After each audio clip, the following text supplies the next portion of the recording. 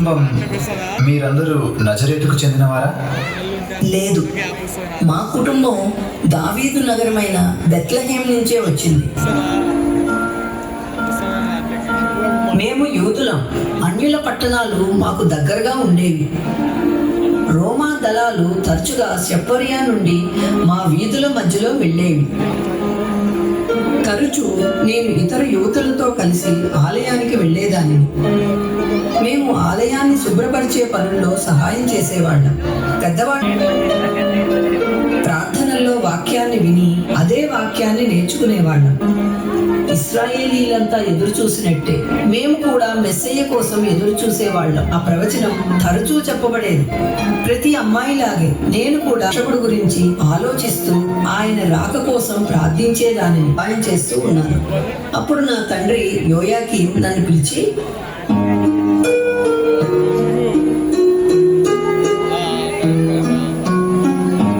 మరియా,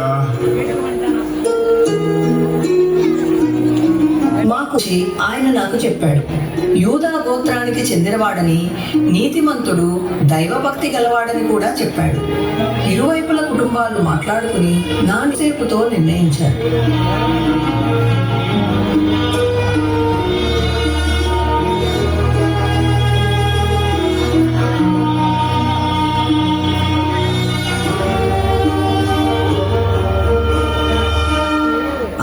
వినగానే నా హృదయం తరబడింది. అయినా నేను అంగీకరించాను.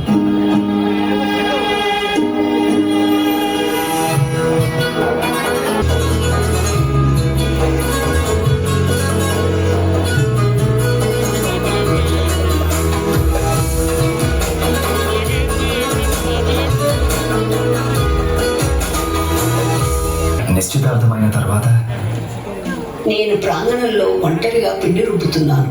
అప్పుడే ఒక్కసారిగా ప్రకాశమైన కాంతి ఆ చోటు మొత్తాన్ని నింపేసింది. భయపడకు మరియా, నీవు దేవుని కృప పొందితివి. నీవు గర్భవతివై సర్వోన్నతుని కుమారుని కందువు. ఆయనకు యేసు అని పేరు పెట్టుదువు. పరిశుద్ధాత్మ నీ మీదికి వచ్చును. సర్వోన్నతుని శక్తి నిన్ను కమ్ముకొనును. ఆ శిశువు పరిశుద్ధుడై ఉండును. ఇది ఎలా సాధ్యం అయింది?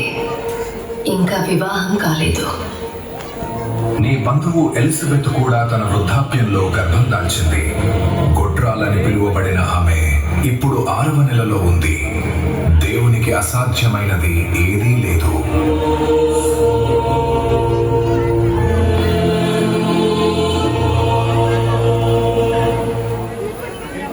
ఆ మాటలు నా హృదయంలో లోతుగా నాటుకుపోయాయి. లూకా, ఆ క్షణంలో నేను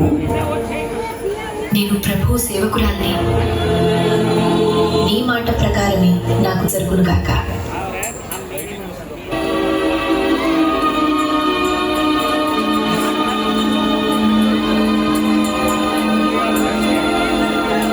నేను ఆశగాను.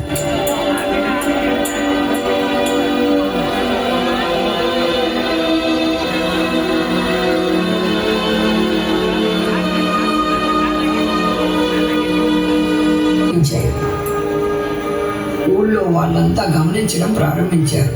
నన్ను భిన్నంగా చూడడం మొదలుపెట్టారు.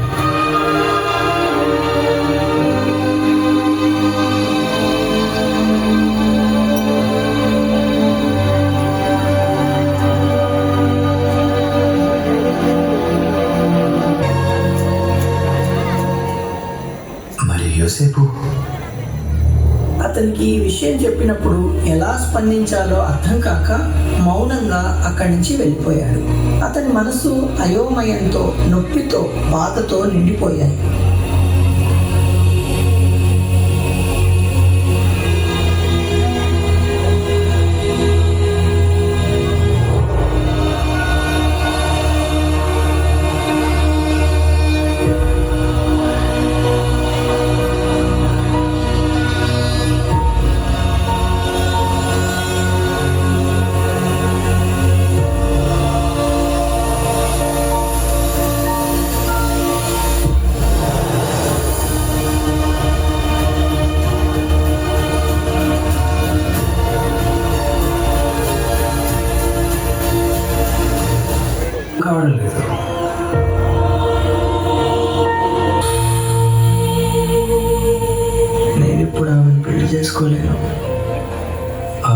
పూర్తిగా దూరంగా ఉంచుతాను.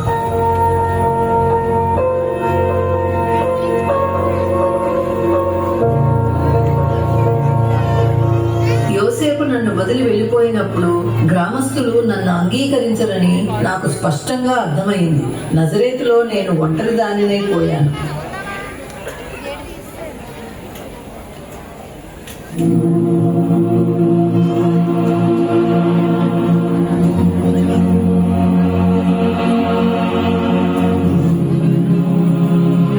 దావీదు కుమారుడైన యోసేప, మరియాను నీ భార్యగా స్వీకరించుటకు భయపడకుము. ఆమెలో గర్భమున ఉద్భవించినది పరిశుద్ధాత్మ వలననే. ఆమె కుమారుని ప్రసవించును. నీవు ఆయనకు యేసు అని పేరు పెట్టవలెను. ఎందుకనగా ఆయన తన ప్రజలను వారి పాపముల నుండి రక్షించును.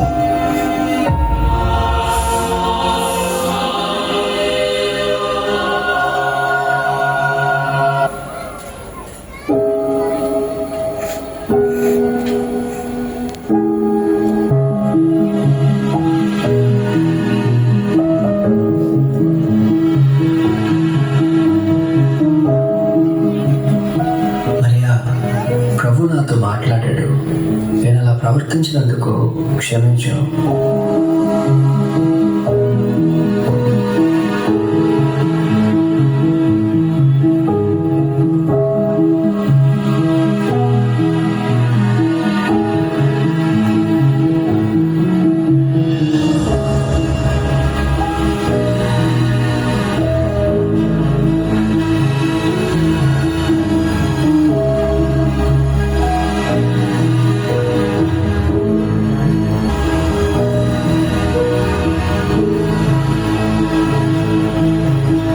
సంఖ్య లెక్కింపు చేయాలని ఆజ్ఞ జారీ చేశాడు.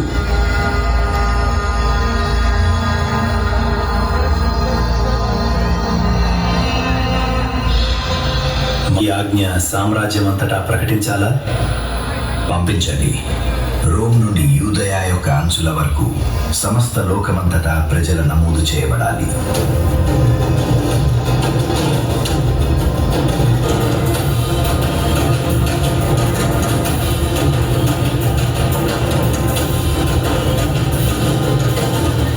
కైసరు అగస్టు ఆజ్ఞ ప్రకారం ప్రతి కుటుంబము తమ స్వస్థలంలో నమోదు కావాలి. ప్రతి మనిషి తమ స్వస్థలంలో నమోదు కావాలను మరియా. కాబట్టి నేను దావీదు పట్టణమైన బేత్లెహేముకు వెళ్ళాలి. నేను నిన్ను ఇక్కడే వదిలి వెళ్తే ప్రజలు అర్థం చేసుకోరు. అయితే నేను నీతో వస్తాను.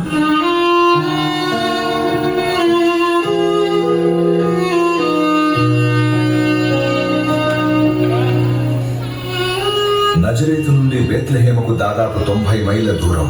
ప్రసవ సమయం దగ్గర పడిన ఒక స్త్రీకి అది కఠినమైన ప్రయాణ మార్గం.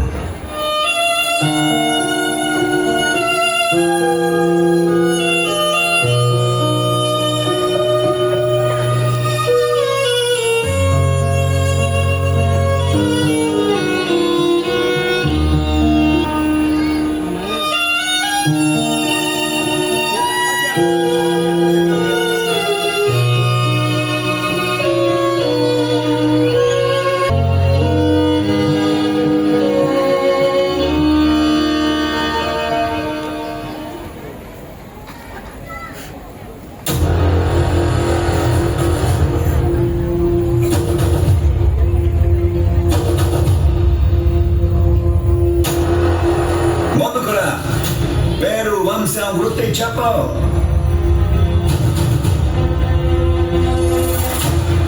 హేలీ కుమారుడైన యోసేపు నజరేతు నుండి వచ్చిన వడ్రంగి. ఈమె మరియా నా భార్య.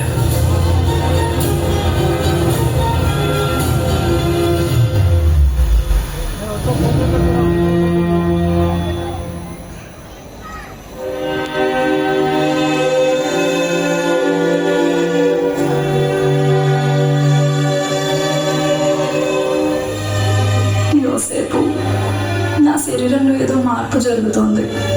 నేను ఇక ముందుకు వెళ్ళలేను. ఇక్కడ విశ్రాంతి తీసుకో మరియా. మన తలదాచుకునే చోటు నేను వెతుకుతాను.